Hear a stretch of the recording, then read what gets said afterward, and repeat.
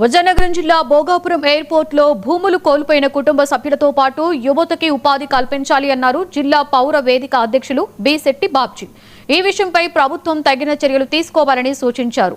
పౌర వేదిక కార్యాలయంలో జరిగిన ప్రజా సంఘాల రౌండ్ టేబుల్ సమావేశంలో స్థానికులకే ఉద్యోగాలు ఇవ్వాలని తెలిపారు.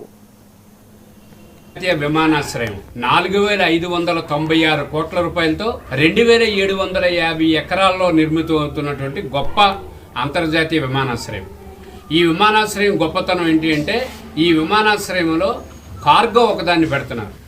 అయితే ఇంత గొప్ప విమానాశ్రయం విజయనగరం జిల్లా భోగాపురంలో ఏర్పాటు చేసి రేపు జూన్ నెలలో విమానాలు దించుతా అంటుందాన్ని మేము విజయనగరం జిల్లా పౌరవేదిక నుంచి అభినందిస్తున్నాం. కానీ ఇందులో మా వాటా ఎంత? మా జిల్లా ప్రజలకు ఎన్ని ఉద్యోగాలు ఇస్తారు?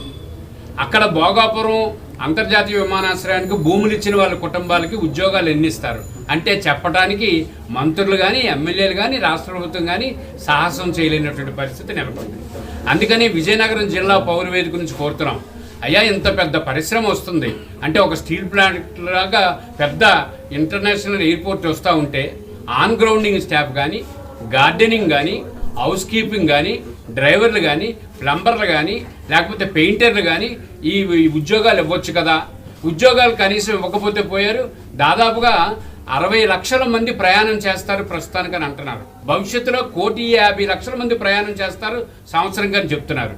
ఎస్సీ ఎస్టీ బీసీల్లో నెల్లిమర్ల, భోగాపురం, పోస్పాట్రేగ, డెంకాడ మండలంలో కనీసం కార్లు కొనుక్కోవడం కోసం లోన్లు ఇప్పించండి బ్యాంకుల నుంచి. విమానాశ్రయం